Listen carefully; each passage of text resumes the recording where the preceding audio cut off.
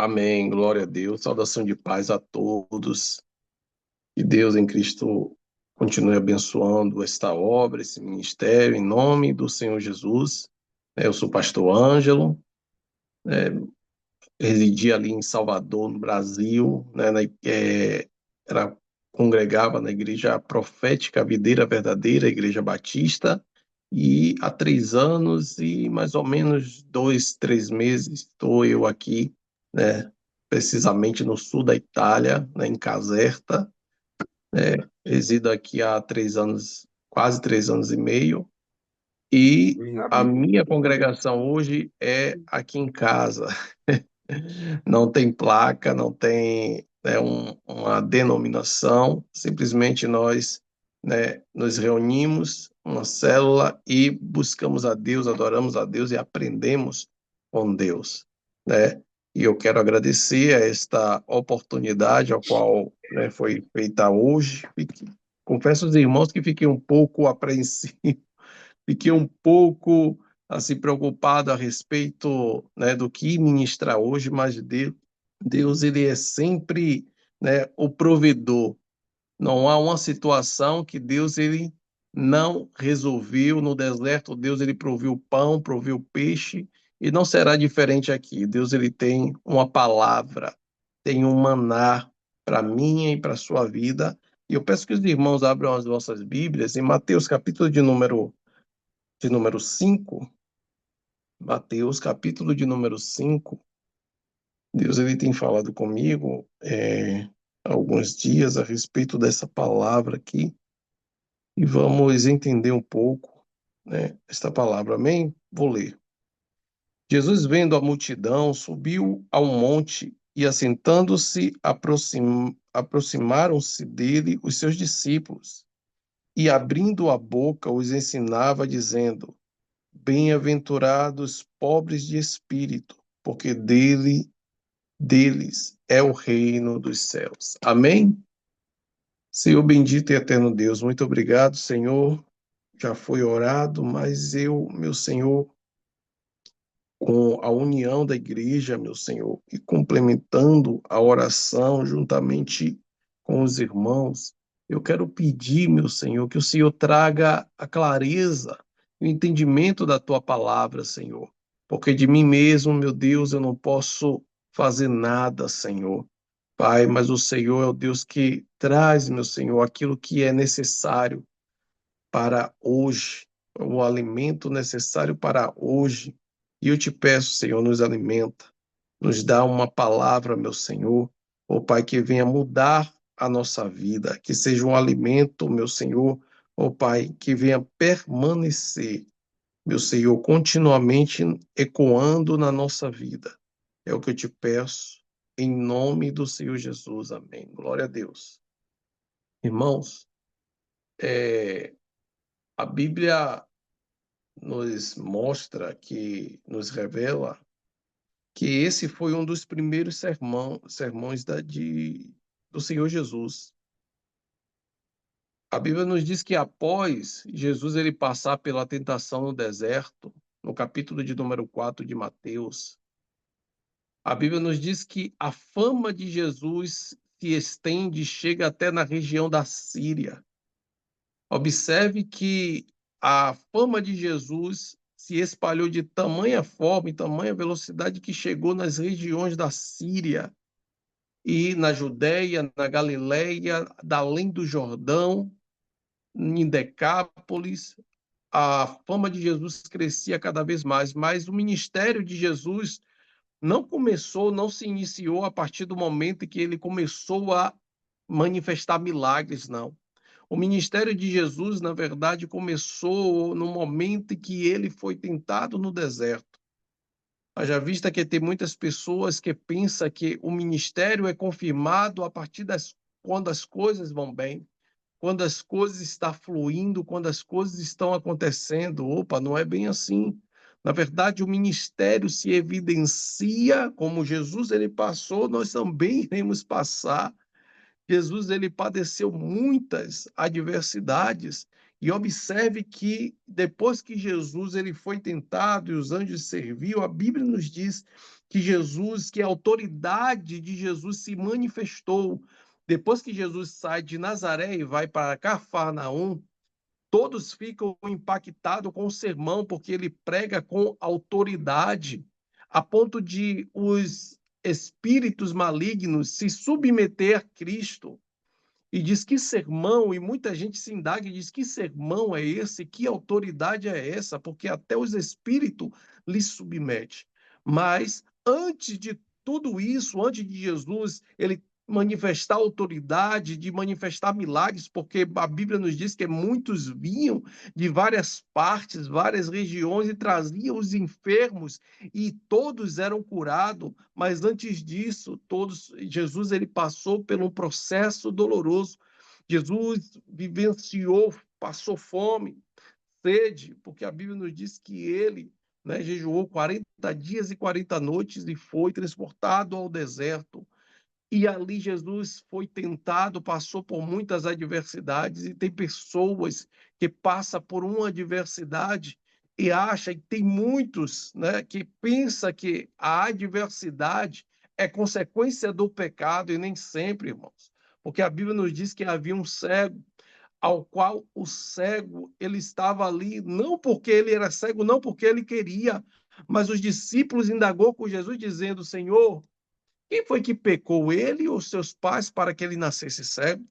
Jesus ele disse: nem ele, nem os pais, mas foi feito assim para que se manifeste o poder de Deus. Viver, irmãos, na bonança é uma coisa maravilhosa. Aí a gente dá glória, a gente glorifica e a gente exalta a Deus e sente a presença de Deus e diz que Deus está confirmando o ministério. Mas e na hora da adversidade? E na hora da tribulação?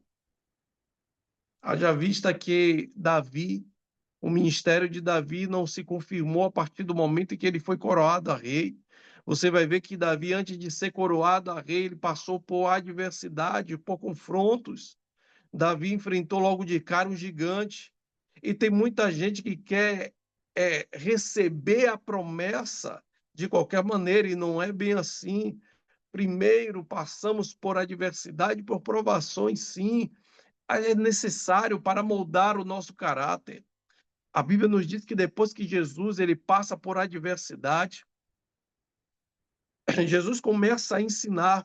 O primeiro sermão de Jesus é dizendo: arrependei-vos, porque é chegado o reino do céu. Esse foi o primeiro. Mas após vir multidões e se manifestar, Jesus se atenta à multidão e Jesus vai para um lugar particular, um monte, e ali ele se assenta e começa a ensinar.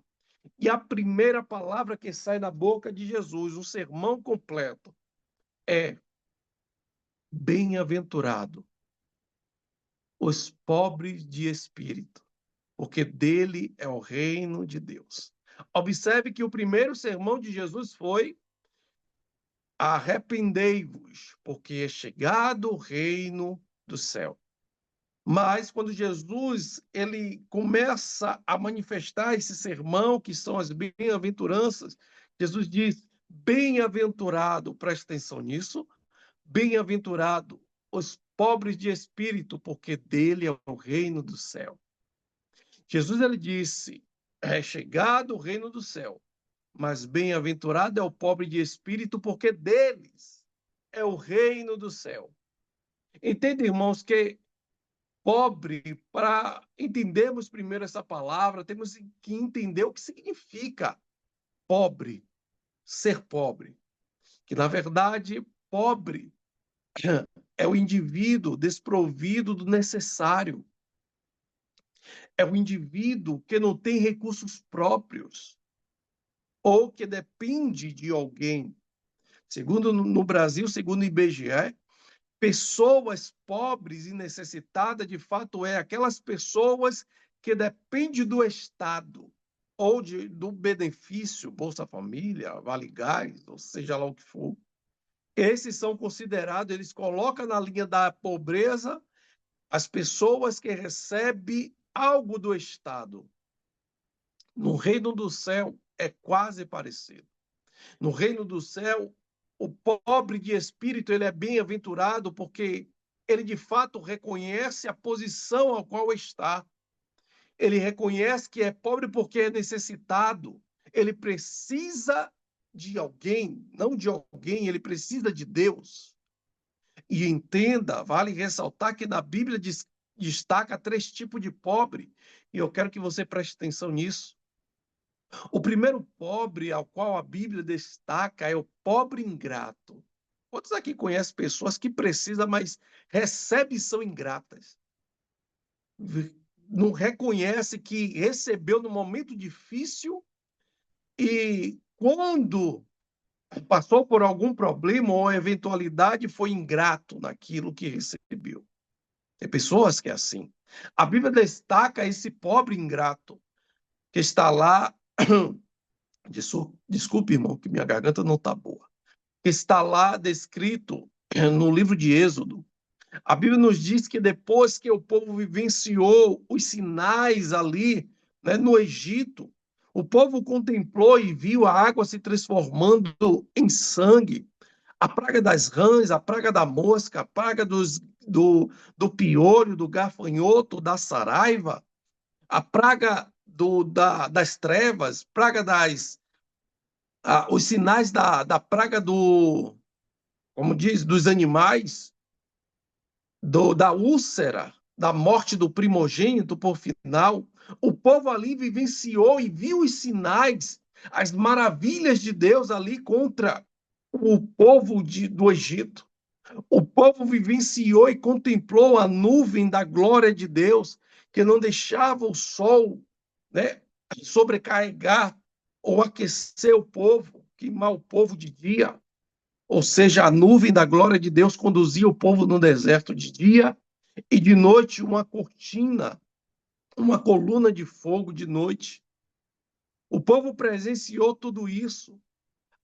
E, por final, o povo presenciou o mar se dividir, abrir e o povo passar. O povo vivenciou tudo isso, mas a Bíblia vai nos dizer, em Números, capítulo de número 13, que depois que Deus ele envia o povo, louvado seja o nome do Senhor, depois que Deus envia o povo, ou 10, 12, dentre as tribos ali, que envia o povo a espiar a terra, o povo retorna com o diagnóstico, viu que de fato a terra mana leite e mel, uma terra prometida, ao qual Deus tinha prometido.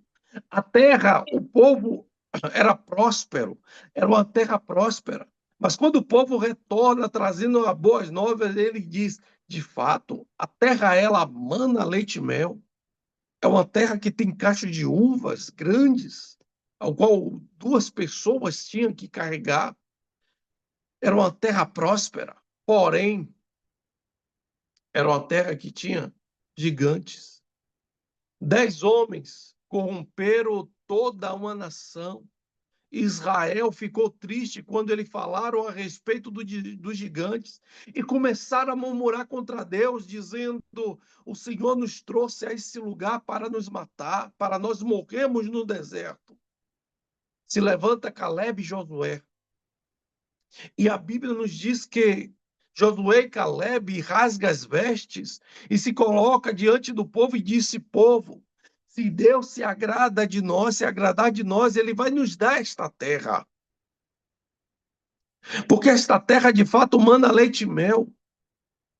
Sabe qual foi a atitude do povo? A Bíblia nos diz que o povo começou a pegar em pedras e disse: vamos pedrejar esse povo, vamos apedrejá-los. A Bíblia nos diz que na mesma hora a glória de Deus desce na congregação. Louvado seja o nome do Senhor. A glória de Deus desce na congregação. Espera aí, igreja, deixa eu pegar uma água aqui, porque eu não estou aguentando. A glória de Deus desce na congregação e disse a Moisés, porque Moisés se colocou diante do povo e colocou o seu rosto sobre a terra. Diante do povo ali, a glória de Deus desceu e Deus ele disse: Moisés, arrependo-me. Até quando? Desculpe, até quando este povo me provocará? Até quando este povo não me crerão diante a tantos sinais que eu mostrei? Olha a indignação de Deus. Deus, ele fez o povo contemplar os milagres. Deus, as maravilhas dele lá no Egito. Deus, ele fez o mar vermelho, o mar se abrir. O povo passou com os pés enxutos. O povo contemplou Deus. Ele fazia o povo do Egito se sucumbir, o exército do Egito. Deus, ele conduzia o povo com colunas de nuvem de dia, colunas de fogo à noite. E o povo começa a murmurar diante de Deus, a ponto de Deus se indignar com o povo e dizer a Josué, dizer a Moisés: eu vou, Moisés, matar esse povo com praga, e de ti eu vou levantar um povo mais forte. Irmão, se não fosse a intercessão de Moisés pelo aquele povo, e aqui eu abro um parêntese, a oração pode muito em seus efeitos, aleluia. A oração faz Deus ele revogar a sentença. Através de uma oração, Deus ele faz mudar todo o diagnóstico. Aleluia.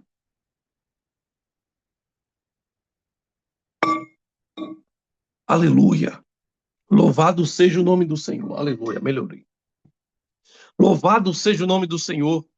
Por uma oração, Deus ele faz revogar uma sentença. A oração de um justo pode muito em seus efeitos. Aleluia. Aleluia. Igreja, não desista de orar, porque Deus ele é bom até com os maus, até com os ingratos. No momento certo, Deus ele vai manifestar. Aqui Moisés, ele ora a Deus e diz: Senhor, o que dirão os egípcios, o que dirão a terra, quando ouvir falar que o Senhor tirou o povo com mão forte da terra do Egito, mas não conseguindo colocar na terra a qual prometeu, deixou o povo morrer no deserto. Observe que oração coerente da parte de Moisés. Muitas vezes a igreja é repetitiva naquilo que declara, naquilo que fala. Pede a Deus sem conhecimento, a Bíblia diz, pede e não recebe porque pedes mal. A Bíblia nos diz que Daniel orou a Deus, pedindo a Deus a redenção de Sião, pediu a Deus a redenção, a salvação do povo dele, do povo que estava ali na Babilônia. Mas interessante é que a Bíblia nos revela que Daniel orou segundo aquilo que ele entendeu pelas profecias de Jeremias, que o tempo do cativeiro do povo era 70 anos, e quando ele soube que os 70 anos já tinha concretizado, ele ora a Deus. Mas interessante é que a oração de Daniel é uma oração humilde, revelando de fato. E observe que Daniel era um homem muito amado, ao qual o anjo revela. Daniel disse: Tu és muito amado. Observe que quando Daniel ele faz a oração, ele primeiro diz: pequei, Senhor. Pecamos contra ti. E esse é o primeiro ponto, o reconhecimento.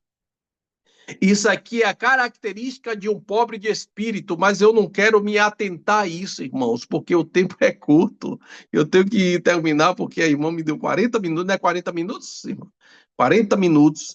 Então eu vou Sim, adiantar. Oi? 40 minutos, né? sim, 40. Glória a Deus. Posso ficar até que horas? Posso terminar até que horas? Até que horas? Gente, sabe que eu nem vi a hora que começou, mas eu acho que ainda tem uns 20 minutos, 25 minutos. Eu não prestei atenção na Pronto. hora que se iniciou. Amém. Eu vou me atentar a isso aqui.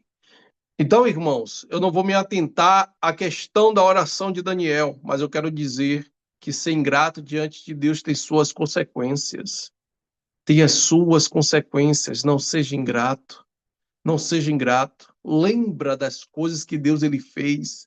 A Bíblia nos diz em Isaías, capítulo de número 46, versículo de número 9, lembrai-vos das coisas passadas, que desde a antiguidade eu sou Deus e não há outro além de mim, que anuncio o fim desde o princípio, que digo as coisas que ainda não sucederam, e digo, o meu conselho é firme, e eu farei toda a minha vontade.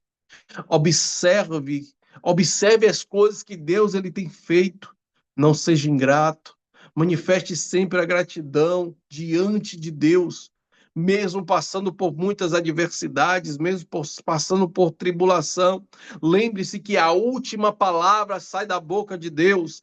As consequências das adversidades que você tem vivenciado não significa nada, porque as aflições deste tempo presente, como disse em Romanos, Paulo diz, não se compara à glória que há de se manifestar, não se compara.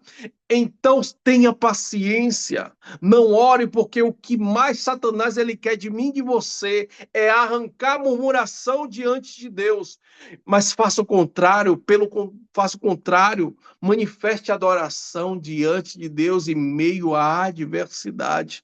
A Bíblia também diz a respeito do pobre e orgulhoso. Sabe qual é o pobre e orgulhoso? E eu sei que tem irmãos aqui que conhecem esse tipo de pobre. É aquele que é pobre, mas não admite a sua pobreza. É aquela pessoa que sabe que não tem condição.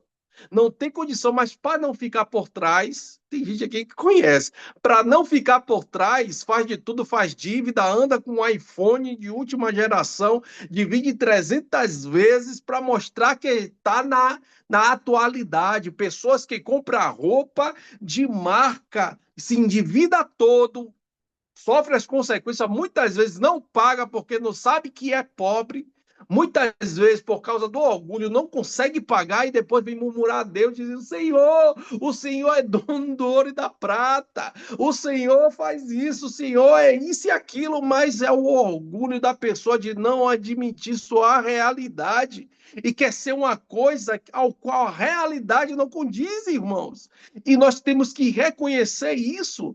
E isso é uma coisa grave, porque a Bíblia nos diz em Apocalipse, capítulo de número 13, versículo de número 15, quando Deus ele fala à igreja de Laodiceia. E isso aqui é muito grave. Deus ele diz assim: conheço as tuas obras, que não é quente e nem frio. Quem dera fosse quente ou frio, porquanto é morno e não é quente ou frio, vomitar-te-ei da minha boca. Observe que isso aqui é grave, porque disse: rico sou, estou enriquecido. Aí o anjo da igreja traz a revelação, não sabendo que é um primeiro desgraçado, miserável, pobre, nu, cego e nu. Aconselho-te que compre de mim ouro provado do fogo, para que te enriqueças. Veste, para que esconda a vergonha da tua nudez, para que não veja a vergonha da sua nudez. Colírio e colírio para os vossos olhos, para que veja. Porque eu corrijo, aí ele diz, eu corrijo e exorto a todos o quanto amo. Tem gente que não entende, irmãos, e acha que Deus ele fala simplesmente porque ele sente prazer em corrigir os seus filhos. Não, Deus ele faz por amor. Deus ele faz por amor. A Bíblia nos diz em Juízes, lá no início, que cresceu uma geração a qual não conhecia Deus, né? Após Josué ter entrado na terra prometida.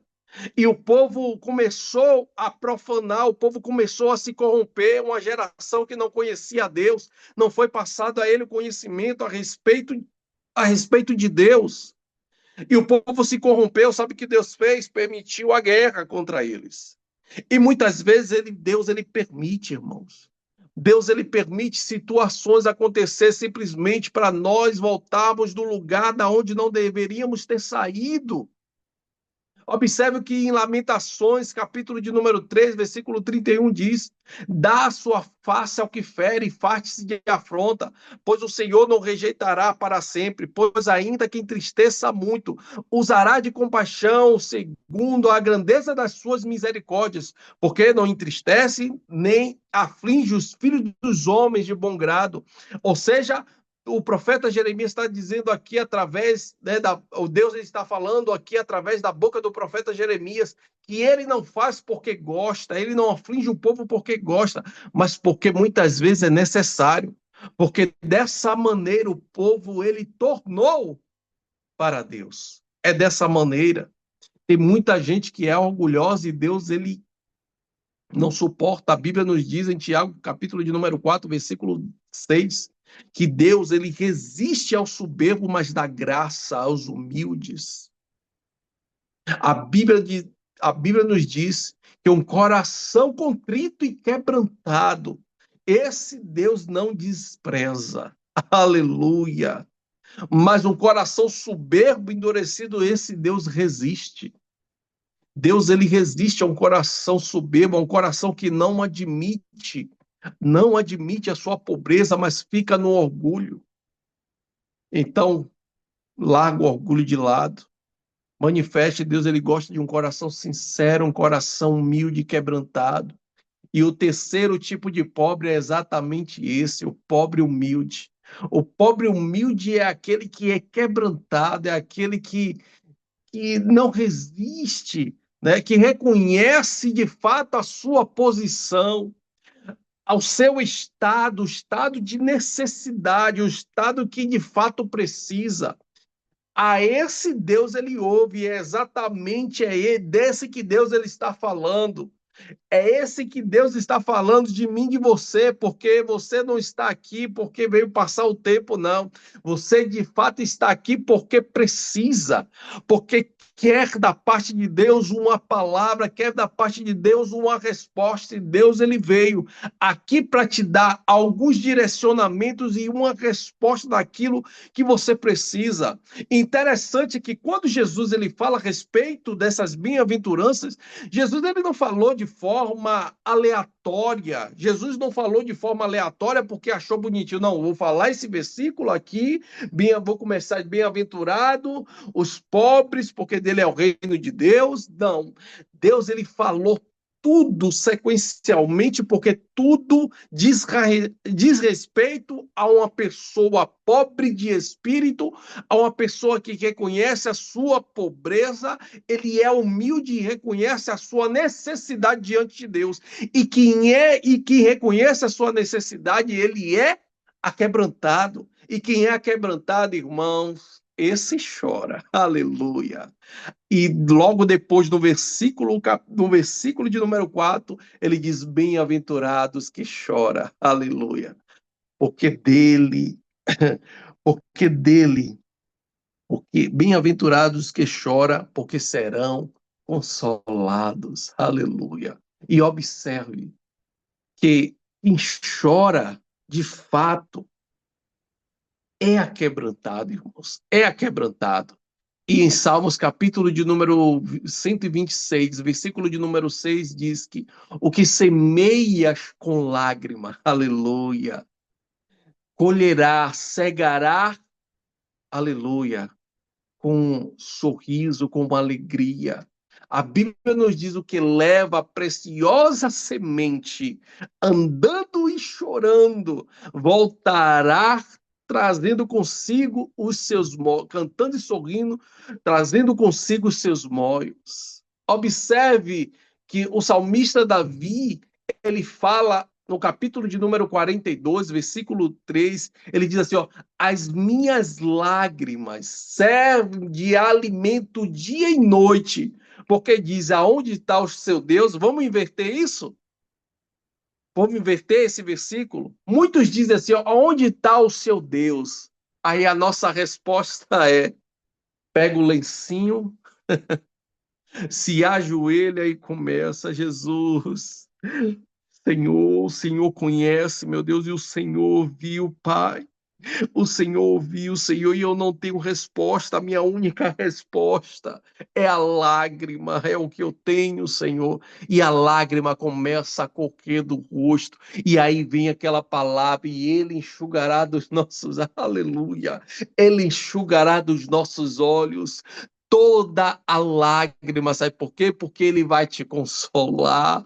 Lembra de Ana, a Bíblia nos diz no capítulo 2 que Ana, interessante é que Ana, ela pedia sempre um filho, ela queria um filho, porque Penina tinha filho e ela não tinha, mas chegou um certo tempo que ela foi para o templo, e a Bíblia nos diz que ali ela chorou muitíssimo, a ponto de não sair nem palavra da boca dela, a ponto de Eli achar que ela estava embriagada. As palavras dela não saíam, mas as lágrimas dela já dizia tudo. Aleluia! As lágrimas de Ana já respondia. A oração já era uma oração diante de Deus. Talvez você esteja orando, pensando que nada vai acontecer, ou o inimigo está soprando no seu ouvido, dizendo para que você vai continuar. Está vendo que a sua realidade, ele é tão covarde, que ele costuma jogar a nossa realidade ao nosso rosto. Lembra de Gideão? A Bíblia nos diz que Gideão malhava trigo no lagar, porque os midianitas vinham e saqueava tudo que eles plantavam, ou seja, eles plantavam, mas os midianitas colhiam, e a estratégia de Gideão era malhar trigo no lagar. Ele pegava no lugar que era para malhar a uva, ele estava lá que era para extrair, né, ali o vinho, ele estava malhando trigo naquele lugar. O anjo do Senhor aparece a ele e diz: varão valoroso, o Senhor, ele é contigo. Aleluia, aleluia, louvado seja o nome do Senhor. E a palavra de Gideão é: ó Senhor, se o Senhor é comigo, por que me sobrevém tudo isso? Porque parece que Deus ele falou algo comigo, mas a minha realidade contradiz a tudo aquilo que Deus ele falou. E isso parece que causa uma confusão na nossa mente, e é uma verdade. Muitas vezes causa essa confusão, aparentando que nada vai acontecer. Mas, pelo contrário, igreja, muitas vezes nós estamos vendo algo diante aos nossos olhos, mas Deus já preparou muita coisa lá na frente. A sua vitória está próxima. As coisas que Deus ele preparou para você já está pronta. Deus ele já preparou tudo, Deus ele já fez tudo, mas é necessário passar por todo esse processo. Muitas vezes a sua realidade contradiz a profecia que Deus ele falou a respeito de você, contradiz a sua realidade, ou seja, está um caos. Você está igual a Gideão malhando trigo no lagar, e está tudo contrário, mas Deus ele já preparou tudo. A guerra você já venceu, você não vai vencer, você já venceu, porque Deus ele já deu vitória. Deus ele já te deu vitória, mas você só vai passar, só está passando esta fase, este processo, e Satanás ele vai usar dessa fase para contradizer tudo o que o Deus ele falou ao seu respeito.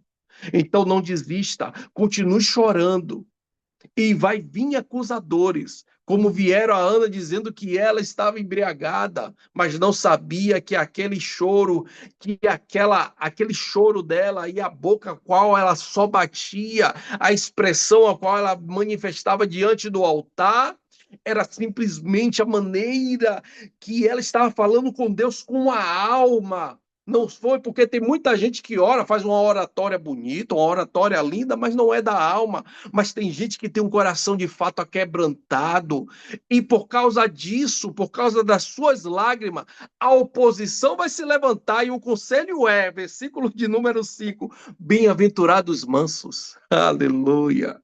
Você não precisa dar resposta a ninguém.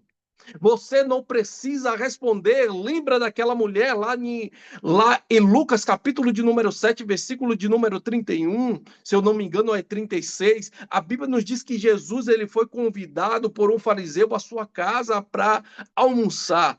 Quando Jesus ele chega na casa e senta à mesa, até então o culto não tinha começado. O culto só começou quando uma mulher chegou que soube que ele estava em casa.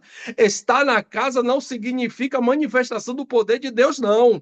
Mas a maneira ao qual você vai servir, isso vai manifestar a glória de Deus. Porque tem muita gente que diz que tem a presença de Deus, mas a sua atitude não condiz com aquilo que fala, com o convite que faz diante de Deus. A Bíblia nos diz que quando aquela mulher soube que Jesus estava em casa, ela se lança, ela vem com unguento de nardo puro e se lança aos pés de Jesus. E a primeira coisa que ela faz no versículo de número 3, aqui ela é bem-aventurada, no versículo de número 4, porque primeiro ela chora. Aleluia. A Bíblia nos diz que ela chora incessantemente e começa a lavar os pés de Jesus e enxuga com os cabelos e começa a ungir Jesus com unguento de nardo puro. E Jesus só observando o fariseu.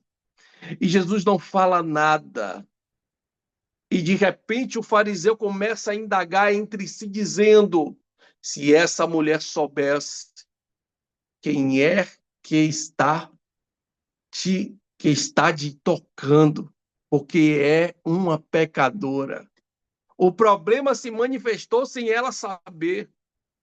Ela, porém, não falou nada. Talvez houve um zum ali, eu não sei, a Bíblia não descreve. Mas Jesus justificou aquela mulher sem ela saber. Porque o problema, o mesmo problema, sem se manifestar, não significa que ele não está ali. E muitos livramentos vêm da parte de Deus, sem nós sabermos que fomos livres, que fomos livrados. Aleluia. Aquela mulher continuou na mesma posição. Ela foi ali aquebrantada e humilde diante de Deus, diante de Jesus. E Jesus disse: Simão, eu tenho uma coisa a te dizer. Havia um credor e dois devedores, um devia 500 denários de dinheiro e outro devia 50. Ao qual foi mais amado? Ele disse: por certo tem que aquele a qual o perdoou mais. E Jesus disse: disseste bem, porque desde o momento em que cheguei, você não me deu água para me purificar. Essa mulher não cessa de lavar os meus pés com as lágrimas e enxugar com os cabelos. Desde o momento em que eu cheguei, você não me deu o ósculo santo, essa daqui não cessa de beijar os meus pés. Tu não me ungiste, essa aqui com unguento me ungiste. Por isto, esta foi mais perdoada, foi mais amada. E aquele ao qual menos perdoou, e aquele a qual menos perdoou, que menos foi amado, e esse foi o que menos foi perdoado, ou seja, ele não recebeu perdão, e ele disse: vá, a tua fé, né, você está perdoada. Interessante é que as lágrimas ao qual aquela mulher derramou diante aos pés de Jesus a perdoou, ou seja, foi uma oração diante de Deus e o culto começou a partir daquele momento. E ela foi mansa, ela não falou nada. Pelo contrário, ela esperou ser justificada diante de Deus. Eu vou encerrar só nesta parte aqui, porque eu sei que, né, foi me dado 40 minutos, mas foi me passado 10h20, mas eu vou terminar agora. Foi me passado 10h20, eu vou terminar agora. No versículo de número 6, ela não se justificou, mas pelo contrário, a Bíblia diz assim, ó, bem-aventurados que têm fome e sede de justiça, porque esses serão fartos. Bem-aventurado, ou seja, você não precisa abrir a sua boca para se justificar. Em Tiago, capítulo de número 1, versículo 9, diz: sede todo homem pronto a ouvir, tardio a falar, tardio a se irar, porque a ira do homem não procede da justiça de Deus. Quer ser justificado? Fique em silêncio. Não se justifique, não fale nada. Ah, mas o senhor pastor não sabe o que é que eu estou passando. A pessoa me disse isso, isso e isso. Fique em silêncio. Não fale nada, não precisa. Você é liberto? Você é livre por Cristo? Você não se justifica, mas ele te justificará. Não precisa você falar nada, porque Deus ele há de responder às suas orações. Porque a maior prova de que Deus ele é a favor dos contritos, dos pobres de espírito. Deus ele não poderia, não precisaria nos justificar nas nossas aflições, nas nossas adversidades, porque a maior prova está lá em João, capítulo de número 3, versículo 16, que a Bíblia nos diz que Deus ele deu seu único filho, seu filho unigênito para todos aqueles que nele crê, não pereça, mas tenha vida e vida com abundância. Entenda que Deus ele viu em seu coração um aquebrantamento, que de fato reconhece ser pobre. E é lindo, como está descrito lá em 1 Pedro, capítulo de número 1, versículo 18, diz assim: não foste comprado com ouro, com prata, pela vossa maneira de viver, porque como recebeste por tradição de vossos pais, mas com o sangue de Cristo, imaculado e incorruptível, que na verdade manifestado em outro tempo, que foi revelaste em outro tempo, que na verdade, por amor, em outro tempo, por amor de vós, deixa eu ler aqui, irmãos, que na verdade, deixa eu ver, 1 Pedro, capítulo de número 9, versículo 21, ao qual, na verdade, em outro tempo, foste conhecido ainda antes da fundação do mundo por amor de vós. Aleluia. Então, igreja, você não foi comprado com qualquer coisa. Deus, ele não te deu esmolas, ele te deu o melhor. Então você não precisa ficar abalado e tentar se justificar, porque ele há de te justificar em tudo. Está passando por escassez? Não se preocupe que ele vai trazer a abundância dele, a provisão. Está vivendo a enfermidade? Não se preocupe que ele é o Deus que cura, é o Jeová Rafa, ele vai trazer a cura. Está sendo injustiçado, é ele que te justifica e ele vai te justificar nesta perseguição ao qual está fazendo com você. Mas olhe, preste atenção nisso aqui. Quando Deus te justificar perante seus inimigos, não se agrade. Provérbios, capítulo de número 24. Ele diz lá no versículo de número 9, se eu não me engano, ele diz: quando vê o teu inimigo padecer, passar pela adversidade e tribulação, quando ele passar por adversidade, não se alegre, não se alegre, estou conjecturando, para que Deus, para que o Senhor, para que não seja mal diante do Senhor aos seus olhos, e ele não retire o furor do seu inimigo, a ira dele, do seu inimigo. Ou seja, interessante que no versículo anterior, posterior, diz que bem-aventurados misericordiosos, porque alcançarão misericórdia. Deus, ele não se agrada e Deus não vê de bons olhos quando nós vemos o nosso inimigo padecer a adversidade e nos alegrarmos. Está vendo aí? Está vendo aí? Foi mexer com o crente? Foi mexer comigo aí, assim que dá. Irmãos, eu aqui na Itália passei por muita adversidade, eu encerro aqui, e eu só vou contar essa. Eu fui trabalhar em um certo lugar. Eu sou pintor, né? Sou artista plástico e sou pintor também residencial. E eu fui trabalhar para um empreiteiro em uma obra. O programado era me pagar 60 euros a diária. Só que quando chegou lá, como eu era novo, não sabia falar o italiano e não tinha documento. E aqui, né, alguns italianos se aproveitam da pessoa que não tem documento. Ele começa a jogar essa chantagem no rosto da pessoa, dizendo você não tem documento, se denunciar, você vai vir a polícia e tal, e começa a falar essas coisas. Mas eu estava naquele lugar trabalhando e quando chegou, né, um certo dia eu perguntei ao rapaz, pergunta a ele aí quanto é a diária, como é que funciona aqui, porque eu não entendi. E aí ele disse que eu não disse que é 60. Aí quando chegou no dia, ele me pagou 40. Ele me deu faltou 40 euros. E aí eu falei, rapaz, diga ele que eu preciso, para ele me pagar o dinheiro, rapaz, que eu preciso. E o colega chegou, falou com ele e disse: não, é só aquilo mesmo, é só isso mesmo, é só isso mesmo, não tem mais nada não. Eu amei. E ó, diga a ele que ele mexeu na pior pessoa da face da terra. Não ameacei a ele, não falei nada, porque o crente não precisa ameaçar ninguém, nem se agradar da, da situação da pessoa. Eu disse só a ele mexeu na pior pessoa da face da terra. E orei a Deus, o Senhor, tenha misericórdia.